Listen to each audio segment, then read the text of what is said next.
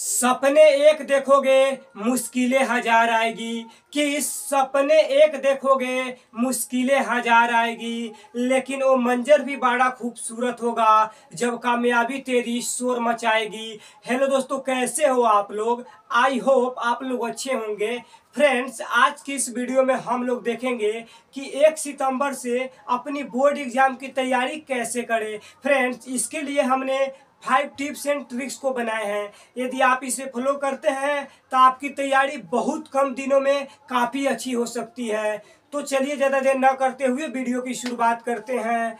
Friends, हम लोग के सामने फर्स्ट टिप्स है कि लेटेस्ट सिलेबस पढ़ें। इसका हिंदी मतलब होता है यानी आप अभी से वैसे ही सिलेबस को पढ़ें जो बोर्ड के दृष्टिकोण से काफ़ी महत्वपूर्ण हो। यानी आप अभी से वैसे ही टॉपिक्स को पढ़ें, वैसे ही प्रश्न को पढ़ें जो बोर्ड के दृष्टिकोण से महत्वपूर्ण है। आप अभी से यह सोचिएगा कि हम पूरे सिलेबस को खत्म कर दें तो यह पॉसिबल नहीं है, क्योंकि अब आपके पास मात्र 50 से 60 डेज बचा हुआ है। तो आप ऐसे में एक कीजिएगा कि अभी से आप वैसे ही सिलेबस पढ़े जो बोर्ड एग्जाम में पूछे जाने की पूरी संभावना है, यानी 100% संभावना है। इससे यह होता है कि आपकी तैयारी बहुत कम दिनों में बहुत बेहद हो सकती है। इसके लिए आप एक 20-80 फार्मूला आता है, ये अपना सकते हैं। चलिए हम इसे आप थोड़ा समझा देते हैं। ये क्या होता है 20-80 फार्मूला?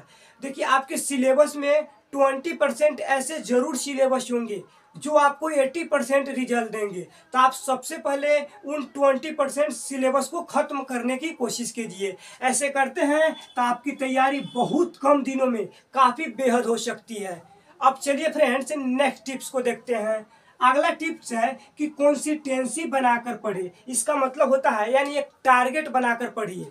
यदि आप अभी से टारगेट बनाकर नहीं पढ़ते हैं तो आपकी तैयारी अच्छी नहीं हो सकती है। बहुत सारे बच्चे ऐसे टारगेट बनाते हैं कि आज मैथ पढ़ना है तो कल साइंस पढ़ लेंगे, कल सोशल साइंस पढ़ लेंगे। ऐसी टारगेट नहीं चलेगा। आप अभी से एक ऐसे टारगेट बनाइए जिसमें आपको जितने सब्जेक्ट का एग्जाम देने हैं वो सारे सब्जेक्ट कवर हो जाए। अर्थात एक दिन का ऐसे टारगेट बनाइए जिसमें आपका मैथ भी पढ़े, साइंस भी पढ़े, सोशल साइंस भी पढ़े। यानी आपको जितने सब्जेक्ट का एग्जाम बोर्ड एग्जाम देना है वो सारे सब्जेक्ट कवर होना चाहिए। आप एक ऐसे टारगेट बनाइए, तब जाकर आपकी तैयारी काफी बेहद हो सकती है। यदि आप ऐसे टारगेट बनाकर पढ़ते हैं ना तो आपकी तैयारी काफी अच्छी हो सकती है, क्योंकि देखिए अब आपके पास मात्र 50 से 60 डेज बचा हुआ है। तो इसीलिए हम आपको कह रहे हैं कि कंसिस्टेंसी बनाकर पढ़िए। अब चलिए फ्रेंड्स, नेक्स्ट टिप्स को देखते हैं। अगला टिप्स है कि बेस्ट टाइम टू स्टडी। देखिए, इसका हिंदी मतलब होता है कि पढ़ाई का सही समय क्या है।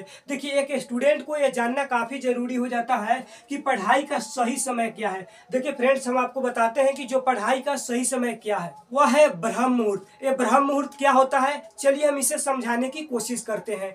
जो मॉर्निंग का 4 बजे से 7 बजे का समय होता है, यानी 4 o'clock से 7 o'clock का समय होता है ना मॉर्निंग का, उससे ही ब्रह्म मुहूर्त कहा जाता है। फ्रेंड्स, इसके बारे में ना शास्त्रों में भी चर्चा किया गया है कि एक स्टूडेंट के लिए ब्रह्म मुहूर्त काफी जरूरी हो जाता है। देखिए, आप 24 घंटा में क्या पढ़े ये मायने नहीं रखता। यदि आपने 4 बजे से 7 बजे तक मात्र 3 आवर्स पढ़ते हैं ना तो आपकी तैयारी काफ़ी बेहद हो सकती है। क्योंकि क्या होता है कि इसमें आप जो भी टॉपिक्स को पढ़ते हैं, जो भी प्रश्न को पढ़ते हैं, वो आपको काफ़ी लंबे समय तक याद रखता है। इसीलिए आप ये कोशिश कीजिएगा कि जो मॉर्निंग का समय है 4 बजे से 7 बजे यानी 3 आवर्स जरूर पढ़िएगा। आपने 24 घंटा में 10 आवर्स पढ़े और आपने 4 बजे से 7 बजे तक पढ़े यानी 3 आवर्स, वो दोनों बराबर हो जाता है। इसीलिए आप किसी समय पढ़िए या ना पढ़िए, लेकिन ये जो मॉर्निंग का समय है ना 4 से 7, ये जरूर पढ़िएगा। इसीलिए कहा जाता है कि ब्रह्म मुहूर्त एक स्टूडेंट के लिए गोल्डन पीरियड होता है।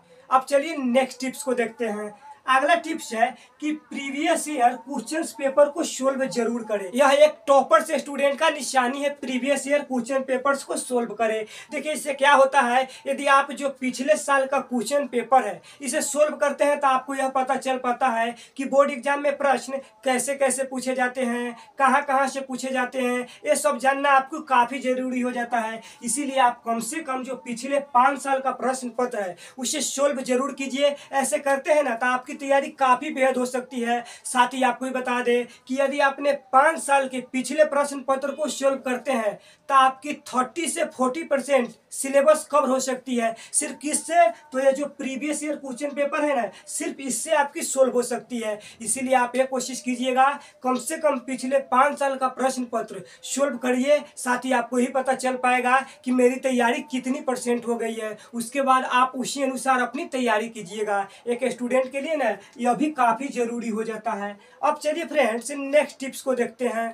हम लोग के सामने अगला टिप्स है कि रिवाइज अगेन। देखिए फ्रेंड्स, कहा जाता है कि revision is must for any one examination, अर्थात किसी भी परीक्षा के लिए ना रिवीजन काफ़ी ज़रूरी हो जाता है। देखिए रिवीजन करने से क्या होता है कि आपको काफ़ी समय तक याद रखता है। तो टॉपिक्स आप पढ़ चुके हैं, सीख चुके हैं, उससे बार बार पढ़ने से यह होता है कि आपके दिमाग में उसी तरह की परत चढ़ जाती है, जिसके कारण आपको काफ़ी समय तक याद रखता है। जैसे एक मोमबत्ती जलने के बाद पिघलने लगती है, ठीक उसी प्रकार यदि आपने जो टॉपिक्स को पढ़े हैं उसे बार बार रिवीजन करने से ना आपको काफी बेहद दिनों तक याद रहती है। देखिए फ्रेंड्स, हम आपको रिवीजन करने का एक तरीका बताते हैं। उस फार्मूला का नाम है एबी के फार्मूला। इससे होता है ऑडियो, यानी आपने जो भी टॉपिक्स को पढ़े हैं उसका एक ऑडियो बना लीजिए और उसे सुनिए, काफ़ी समय तक याद रहता है। उसके बाद होता है भी से वीडियो और के से काइनेटिक, यानी आपने जो टॉपिक्स पढ़ चुके हैं, सीख चुके हैं, उसके बारे में कहीं से एक वीडियो देख लीजिए। ऐसे करते हैं ना तो आपको काफ़ी बेहद दिनों तक याद रखती है। उसके बाद है के से काइनेटिक, कि आपने जो टॉपिक्स को पढ़े हैं उसे बिना छुए देखकर याद कर सकते हैं, यानी प्रैक्टिकल याद करने की कोशिश कीजिए। ऐसे करते हैं ना तो आपकी रिवीजन करने का जो तरीका है ना काफी बेहद हो सकती है। तो फ्रेंड्स, मैं आशा करते हैं कि आप लोग हमारे द्वारा समझाए गए सारे ट्रिक्स काफी पसंद आया होगा। यदि पसंद आया है तो वीडियो को लाइक करके दोस्तों को साथ शेयर करना न भूले। तब तक के लिए जय हिंद।